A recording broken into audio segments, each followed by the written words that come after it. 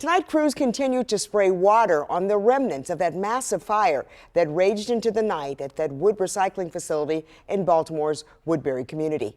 WMAR2 News' Jeff Hager live now from the staging area along I-83, where the fire department is directing its operations. Jeff, what a difference 24 hours makes. Certainly has, Kelly. You know what? Motorists must have been overjoyed to see the JFX reopened throughout the day. But this section of Coldspring Lane remains closed as crews continue to monitor what the fire left behind. Gusting winds, frigid temperatures, and a raging fire, all here at the Camp Small Wood Recycling Center, left Loyola University students housed nearby at the Woodberry apartment complex wondering if they needed to move out of harm's way. Got home and our roommates were saying they smelled smoke. We're coming in and we looked out the window and started seeing a small fire.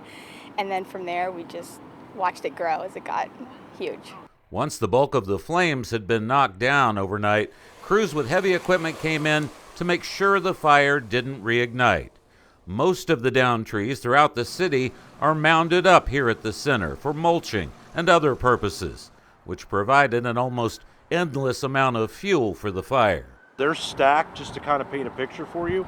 There's one road that kind of weaves through down there, and they're stacked about 30 feet high, and the trees are about 30 feet long. Surrounded by critical infrastructure, firefighters headed off any major damage.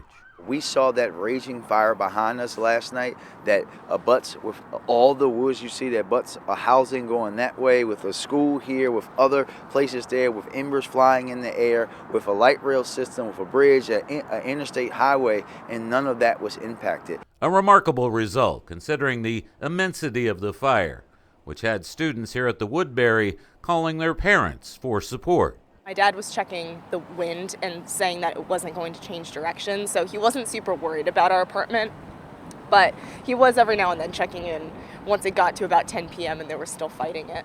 Easy for him to say from how far away? Massachusetts, so yeah. Now, the fire chief says he will keep the crews out here as long as is necessary to make sure this is all safe and that he doesn't get any flare-ups. Also, over the weekend, the city says it will monitor air quality to see if any lingering smoke has an impact on that, and only then will they decide whether to reopen schools in this immediate area come Monday.